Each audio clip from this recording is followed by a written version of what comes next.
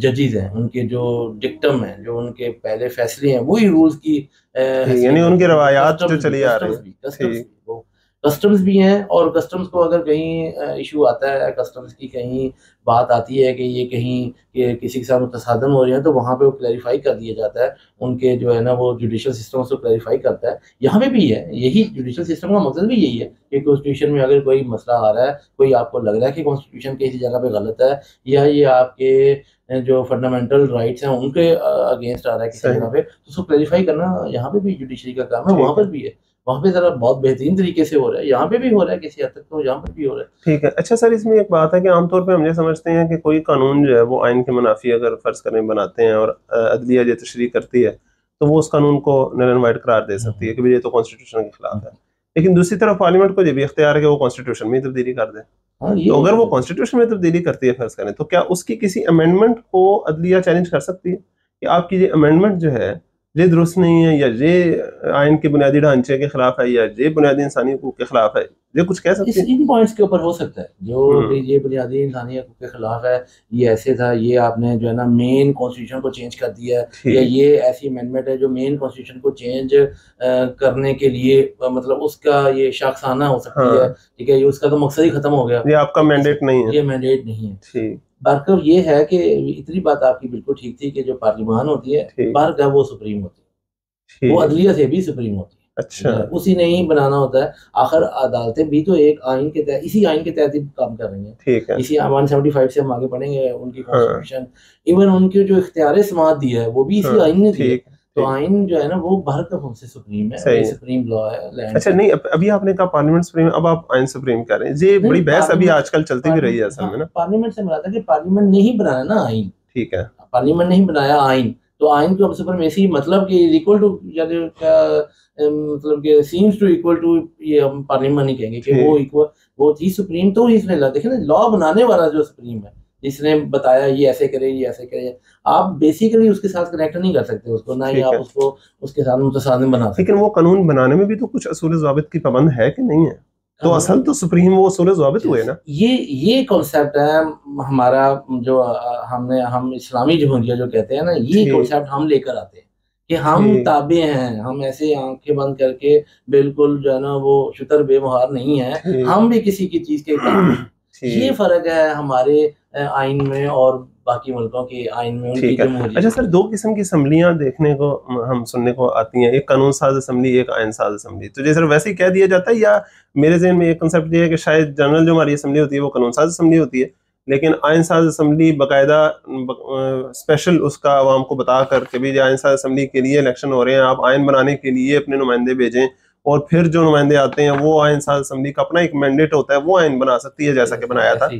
ایسے ہی آئین ساز اسمبلی یہی ہوتی ہے جو اسپیشل ایک خاص پرپس کے لیے آتی ہے. جو سب سے پہلی اسمبلی پاکستان میں چوز ہوئی تھی وہ بھی آئین ساز ہی تھی، اس لیے تو جو پہلا جو مولوی تمیز الدین کیس ہماری ہسٹری کا، وہ بھی وہاں سے ہی اوریجنیٹ کیا تھا. پہلی اسی کی جو ہیڈ تھے نا پہلے. اچھا یہ بھی ایک بات بتاتا ہوں کہ جو پہلی قانون ساز اسمبلی تھی، یعنی آئین ساز اسمبلی تھی، کیونکہ اس وقت قانون تو ایسا تھا نہیں، مطلب تو وہ جو آئین ساز اسمبلی تھی انہی کے ہیڈ پہلے خود قائد اعظم تھے. اس وقت یہ سسٹم ہوتا تھا، قائد اعظم خود ہیڈ تھے، وہی گورنر جنرل تھے. پھر آہستہ آہستہ یہ گورنر جنرل کا عہدہ بھی 1935 کے ایکٹ میں اور 1947 کے ایکٹ کے تحت یہ دونوں اس وقت چلتا تھا.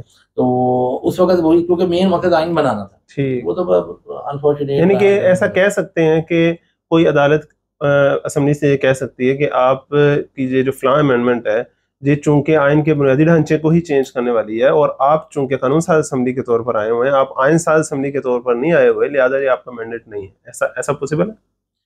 ایسا پاسبل نہیں ہے. ایسا اس لیے نہیں ہے کہ وہ آئین ساز تو ہے نا کہ آئین ہے ہی نہیں، آپ آئین بنا رہے ہیں. ٹھیک ہے. اور برکب یہ جو پارلیمان ہوتا ہے، یہ جو قانون ساز ہوتا ہے، برکب اس کے اندر آئین کو چینج کرنے کی بھی ہوتی ہے ابیلٹی. اگر عدالت کہتی ہے یا کوئی ایسا مطلب جوڈیشری ہے ڈیفینیٹلی، وہ اگر کہتی ہے کہ آپ نے غلط بنایا یا یہ آپ اس کو کریں، تو وہ 2/3 میجورٹی سے، آلریڈی پہلے بھی 2/3 میجورٹی سے ہی وہ امینڈمنٹ کریں گے. صحیح جو اس ٹائم موجود ہے آئین، اس کو چینج کرنا ہے تو 2/3 میجورٹی ہی ہوگی. اگر ان کو لگتا ہے کہ یہ غلط ہے تو وہ 2/3 میجورٹی ہی چاہیے. اس کو ختم کرنے کے لیے بھی چاہیے. کئی دفعہ لمیٹڈ بھی ہوتا ہے. میں ایک جو ابھی 2014 میں یا 15 میں جب وہ آرمی APS کا واقعہ ہوا تھا تو اس کے بعد آئین کے اندر چینج کیا گیا تھا سب جماعتوں نے مل کر. آرمی کی کورٹس بنائی گئی تھی تو وہ بھی کنڈیشنل تھیں. 2 سال کے لیے یہ چلے گی امینڈمنٹ, 2 سال کے بعد سمجھیں یہ ختم ہوگی. تو وہ لمیٹڈ بھی ہو سکتی ہے. اور وہی امینڈمنٹ کا طریقہ بھی یہی تھا کہ ہمیں ہاتھوں آئین سائز لینا ہی نہ پڑے. اور انٹرسٹنگ بات یہ ہے کہ آئین کے اندر پورا ایک چیپٹر ہے آئین کی امینڈمنٹ کرنے کا جو طریقہ ہے. ابھی میں ان چیپٹرز کا بھی تعارف کرواتا ہوں. اچھا مفتی صاحب, آپ مجھے ذرا بتائیے گا, اس پر روشنی ڈالیں کہ عام طور پر 2 اسٹریم پائی جاتی ہے. ایک طرف وہ طبقہ ہے, خاص طور پہ ایسی اسلامی جماعتیں جو سیاست کے اندر انوالو ہیں, آتے ہیں, اوپر آتے ہیں, وہ آئین کا ایک خاص تقدس سامنے پیش کرتے ہیں. وہ یہ کہتے ہیں کہ آئین ہمارا جو ہے ایسا سپریم چیز ہے جس کی وجہ سے ہم ریاستی سطح پر مسلمان ہیں, اور آئین ہمارا ایسا ہے جس نے ہمیں پوری دنیا کے دوسرے جمہوری ممالک سے ایک ممتاز مقام دیا ہے, ایسا ہے ویسا ہے. دوسری طرف وہ لوگ جو بالعموم, یہ ان کی خصوصیت میں بتا رہا ہوں, کوئی میں جنرل رول نہیں بتا رہا, کہ جو سیاست میں خود نہیں آتے, انتخابی سیاست میں ذرا باہر ہوتے ہیں اور وہ ذرا ایک انقلابی نقطہ نظر رکھتے ہیں عام طور پر, وہ یہ محسوس کرتے ہیں کہ نہیں, آئین جو ہے جو تو جمہوریت کا ایک شاخسانہ ہے, جو تو جدید ریاستیں جب وجود میں آئی ہیں تب خلافت اسلامیہ تو ان چیزوں سے آزاد تھی, ایسے تھا ویسے تھا, اسلام کا تو اس سے کوئی تعلق نہیں ہے, یہ تو جدید جمہوریت کے, اقبال کی زبان میں کہیں تو انڈوں میں سے ایک انڈا ہے, تو اس کو تو اٹھا کر باہر پھینک دینا چاہیے. یہ بھی ایکسٹریمز پائی جاتی ہیں. تو یہ دونوں ایکسٹریمز کے درمیان کیا چیز ہے کہ اسلامک پوائنٹ ویو سے اگر ہم اس آئین کو دیکھیں تو کیا اسلام میں کوئی آئین ہوتا ہے جی, اور کیا ریٹرن ہوتا ہے یا ریٹرن کے بغیر ہوتا ہے, کیا چکر ہوتا ہے؟ جی, سب سے پہلے ڈاکٹر صاحب آپ کا بہت شکریہ کہ آپ نے اپنے پروگرام میں مجھے اظہار خیال کا موقع دیا. اس سے پہلے میں اس چیز پہ بات کروں گا, کیونکہ جب ہم آئین کی بات کرتے ہیں اور اس انتہا کی بات کرتے ہیں جو جمہوریت کو نہیں مانتے, تو جمہوریت کے اسلامی اور غیر اسلامی کی بات بھی مختصر سے میں عرض کر دوں گا. اسلام میں بنیادی طور پر جو احکام ہے اس کی 2 قسمیں ہیں. ٹھیک ہے. ایک اسلام کے وہ احکام ہے جو آئیڈیل احکام ہے اور اس کا اسلام نے حکم دیا ہے, اور دوسرے وہ اسلام کے احکام ہے جو آئیڈیل اسلامک تو نہیں ہے, لیکن اگر کوئی دوسرا نظام ہو تو اس نظام میں کوئی تبدیلیاں کر کے کیا اس نظام کو ایک اسلامی نظام یا غیر کفری نظام کہہ سکتے ہیں نہیں. تو یہ دونوں اسلام کے احکام ہے, تو اس میں کوئی شک نہیں کہ اسلام کا جو آئیڈیل نظام ہے, ایک پریگمیٹک اپروچ ہے اور ایک آئیڈیل اپروچ ہے. جی, اسلام کا جو آئیڈیل نظام ہے وہ خلافت ہے. قرآن مجید میں بھی اس کا تذکرہ ہے کہ وہ قال ربک الملائکۃ انی جاعل فی الارض خلیفہ. پھر اگرچہ خلافت کی 2 قسمیں, ایک انفرادی خلافت ہے, ایک اجتماعی خلافت ہے, اور اس کے بعد دوسری آیات میں بھی اللہ تعالیٰ نے اجتماعی خلافت کا بھی ذکر ہے, خلافت کا ذکر کیا. دوسرے نمبر پر ہے کہ اگر کوئی ایسا نظام ہو جو اسلامی تو نہیں ہے, لیکن اگر اس کو اگر مسلمان کیا جائے تو کیا اس نظام میں مسلمان حصہ ڈال سکتے ہیں, اس کو مسلمان اپنا سکتے ہیں, نہیں اپنا سکتے؟ تو اس کا جواب ہے کہ جی اپنا سکتے ہیں. جمہوریت کا جو نظام ہے اس میں کوئی شک نہیں کہ یہ بنیادی طور پر مغرب کا بنایا ہوا نظام ہے, لیکن اس نظام میں جو خرابیاں ہیں, جو سب سے بڑی خرابی جو فرد کی آزادی, کہ جی افراد کے جو نمائندے ہیں وہ جو بھی مناسب سمجھیں, جو قانون اور آئین مناسب سمجھیں وہی افراد کے لیے آئین قانون. اسلام میں اس چیز کی اجازت نہیں ہے. اسلام میں جو ان الحکم الا اللہ, حاکمیت کا جو اختیار ہے وہ اللہ کو ہے, اور جو بھی عوام کے منتخب نمائندے ہوں گے ان کو عوام کے مفاد میں قانون سازی کا اور آئین سازی کا حق ہوگا, لیکن ان حدود کے اندر جو حدود اللہ نے مقرر کیے ہیں. تو اس اعتبار سے ہم یہ کہہ سکتے ہیں کہ جو جمہوری نظام ہے اس میں وہ مسلمان اس نظام کو اپنا سکتے اور اس پر عمل کر سکتے ہیں. اس پر بڑی وہ خوبصورت ایک حدیث بھی ذہن میں آ رہی ہے نا, جو آپ صلی اللہ علیہ وسلم نے فرمایا کہ مثل المؤمن کمثل الفرس فی اخیتہ, کہ مومن کی مثال ایک ایسے گھوڑے کی ہے جو کھونٹی کی مدد سے باندھ دیا گیا ہے, اب اس کے دائرے کے درمیان جہاں چاہے چل لے, یعنی کہ اس کو آزادی دی ہے لیکن ایک اس کی باؤنڈری لگا دی ہے. تو یہ بات تو سمجھ آتی, لیکن یہ جو آئین نامی جو ایک دستاویز ہے اس کا کیا تعلق ہے؟ کیا یہ صرف اور صرف جمہوری ہی ہے, مغربی جمہوری ہے؟ اگر اسلامی جمہوری ہوتی یا خلافت بھی اصل میں, خلافت کے اندر بھی تو چونکہ جمہوریت اصل میں ایک نظام کی بجائے ہم زیادہ بہتر سے کہہ سکتے ہیں طرز حکومت ہے. تو جو جمہوری طرز حکومت کی جو اصل سینس ہے لوگوں کے مشورے سے آنا, اب لوگوں کا مشورہ کس حد تک قابل عمل ہوگا وہ تو ڈیبیٹ ابھی ہو گئی نا, کہ وہ اللہ تعالیٰ کے قوانین کی پابند ہی ہوگی وہ چیز, لیکن لوگوں کے مشورے سے ان کے نمائندوں کا چنا جانا، ان کے ذریعے ان کی فلاح و بہبود کی خاطر، ان کی آزادی کی خاطر کام کرنا، یہ تو خلافت کی ہی اصل روح ہے ایک اعتبار سے اگر دیکھیں، اجتماعی خلافت کی. لیکن ایشو یہ ہے کہ جو آئین نامی جو ایک دستاویز ہے یہ کیا ایگزسٹ کرتی ہے یا ایگزسٹ کر سکتی ہے، یا ہم یہ سوچیں کہ نہیں اس کا تو کوئی تعلق نہیں. جی اچھا، اس میں یہ بات بھی بالکل واضح اور آپ کی باتوں سے معلوم، اور ویسے حقیقت بھی یہی ہے کہ آئین بھی صرف جمہوری طرز حکومت کے ساتھ خاص نہیں، یہ کسی بھی طرز حکومت میں آئین ہو سکتا ہے، جس طرح بتا رہے تھے. جی بالکل. اور اس کی بڑی وجہ ہے کہ اول تو اس کی ضرورت ہے کہ جب ایک افراد ہو تو افراد کی تو ایک انفرادی زندگی ہوتی ہے، ایک ان کی اجتماعی زندگی ہوتی ہے. اس اجتماعی زندگی کے لیے کچھ ایسے افراد ہونے چاہیے جو ان پہ حکومت کر سکے، اور تو اس میں پھر یہ ایک فطری بات ہے کہ وہ کچھ ایسا ڈھانچہ ترتیب دیں کہ جس میں اختیارات کی تقسیم اور ہر فرد کی جو ذمہ داری ہے ان افراد کی جو حکومت کرنے والے ہیں وہ ذمہ داری دی جائے. اور ایک انتظامی بات ہے، اسلام میں اس کی کوئی ممانعت نہیں ہے، بلکہ اسلام تو حسن انتظام کی ترغیب دیتا ہے. تو اسی حسن انتظام کو دیکھتے ہوئے جو آئین کا نظام ہے، آئین بنانا ہے، چاہے اس کو لکھا جائے یا نہ لکھا جائے، وہ اسلام کے بالکل بھی منافی نہیں ہے، اور ایک حسن ترتیب کو دیکھتے ہوئے وہ ایک بہتر چیز ہے اسلام. سب اس پر مجھے وہ دو آیات یاد آ رہی ہیں سورہ نساء کی، بڑی خوبصورت. مجھے ایسا محسوس ہوتا ہے کہ ان دو آیات میں پورا جو ریاستی ڈھانچہ ہے اسلام کا، اس سب کے لیے تعلیمات اللہ تعالیٰ نے بڑی خوبصورتی سے سمو دی ہیں جامعیت کے ساتھ. ایک تو آیت ہے نا، اعوذ باللہ من الشیطان الرجیم، ان اللہ یأمرکم ان تؤدوا الامانات الی اہلہا. پھر آگے وَإِذَا حَكَمْتُم بَيْنَ النَّاسِ أَن تَحْكُمُوا بِالْعَدْلِ.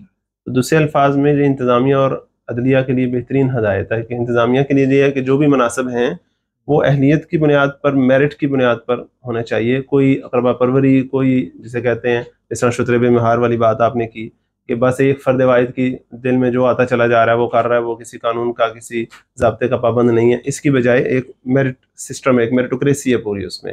اور دوسرا اس میں یہ ہے کہ عدل و انصاف کا تقاضا ہونا چاہیے، کوئی ظلم والا معاملہ نہیں ہونا چاہیے. یعنی کہ عدلیہ جو ہے وہ عدل انصاف کے مطابق کرے گی. جو اگلی آیت ہے وہ بڑی خوبصورت ہے کہ یا ایھا الذین آمنوا اطیعوا اللہ واطیعوا الرسول واولی الامر منکم، کہ اے ایمان والو اللہ کی اطاعت کرو، اللہ کے رسول کی اطاعت کرو. اب ان دونوں کی تو اطاعت ایبسلیوٹ ہے، ان کو تو کوئی کویشچن نہیں کر سکتا، لیکن واولی الامر منکم کی بھی اطاعت ہے، لیکن وہ اللہ رسول کی اطاعت کے تابع اطاعت ہے. اور منکم لفظ بڑا خوبصورت ہے کہ وہ تم میں سے جو اولو الامر ہیں. تو یہ دوسرے الفاظ میں جس طرح بھی آپ کہہ رہے تھے کہ وہ پریزیڈنٹ کیسے ہوگا، اس کے اختیار کیسے ہوگا، سارا کو باتیں تو اس کے اندر آ گئی کہ وہ تم میں سے ہوگا.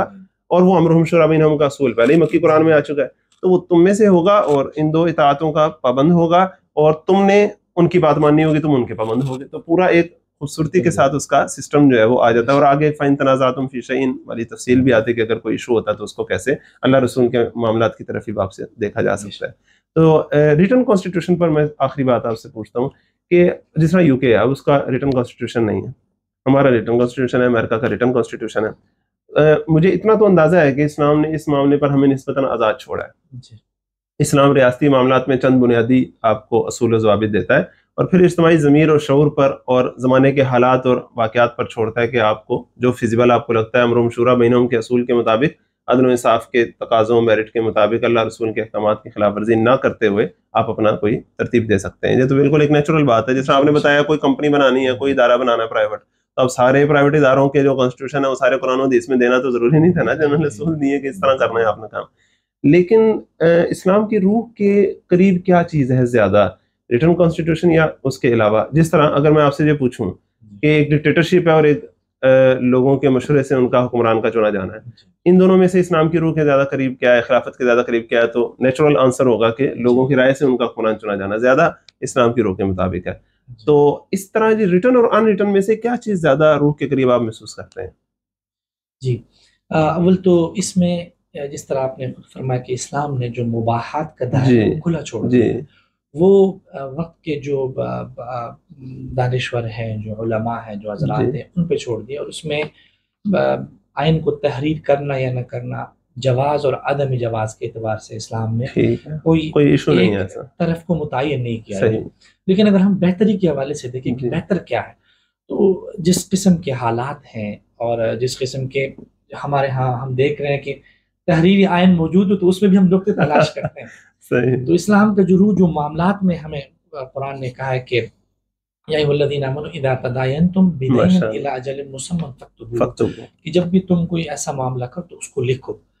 تو جب دو فرد کے معاملات کو اسلام نے لکھنے کا حکم دیا ہے، جہاں کروڑوں لوگوں کا آپس کا ایک دستاویز انہوں نے تیار کرنی اور اس پر چلنا ہے، ایک معاہدہ ہے پورا، ایک معاہدہ ہے، تو اس معاہدے کو تو لکھنا اس وقت جو ہے وہ بہت ضروری ہے، اور اس کو اس طرح پہ لکھا جائے کہ بعد میں نقطے بھی اس میں نہ تلاش کیے. ماشاء اللہ، بڑا اچھا آپ نے مثال سے بات. جی جی جی. اس میں یہ ہے کہ یہ ہماری زندگی کے جو رولز ہیں، جو ہمارے آئلی زندگی کے رولز ہیں، وہ بھی تو اللہ تعالیٰ نے ہمیں لکھ کر ہی دیے نا، وہ بھی قرآن پاک میں موجود ہے. ٹھیک ہے جی. وہ جو لکھا ہوا ہوتا ہے نا، وہ زیادہ اس میں الاسٹیسٹی نہیں ہوتی، آپ اس میں اپنے مرضی نہیں ڈال سکتے، اس کا ایک پورا پروسیجر ہوتا ہے. جو ان ریٹن ہے نا، ان میں یہ ہے، وہ تو روایات سے اتنے کنیکٹڈ ہیں کہ وہ انہیں کو ہی سمجھتے ہیں کہ وہ اتنے اسٹرانگ ہے کہ ہم ان کو چینج نہیں کر سکتے. لیکن جو اللہ تعالیٰ نے ہمارے لیے چوز کیے ہیں، جو اللہ تعالیٰ نے ہمیں کتاب دی لکھی ہوئی، ہماری زندگی کا تو وہی آئین ہے نا، ہم تو اسی کے تحت چلتے ہیں. اور اس میں جو معاملات ہیں، وہ جیسے مفتی صاحب نے بھی ایکسپلین کیا، ایگزامپل بھی بڑی اچھی، تو وہاں پہ بھی ریٹرن کا آیا نا. تو جو اسلام کی روح کا جو آپ کا کوشچن تھا، تو میں سمجھتا ہوں کہ وہ ریٹرن کی طرف اس کا ٹلٹ ہے، کہ جو ہے نا وہ، تاکہ ہر چیز واضح ہو اور ہر ایک اپنی حدود میں رہے، اور اگر وہ حدود پامال کرے تو اسے چیلنج کیا جا سکے. جو دیکھیں، اس کا ایک دوسرا فائدہ ہے نا، کہ جو بندہ کل کو عدل کرنا چاہ رہا ہے، جو دیکھنا چاہ رہا ہے کسی نے غلط کیا، اس کے پاس بھی تو ایک حد ہونی چاہیے نا، کہ یعنی اس حد سے آگے جو ہے نا، ظلم کے جواب میں اگلا ظلم نہ کر بیٹھے. ہاں. جی.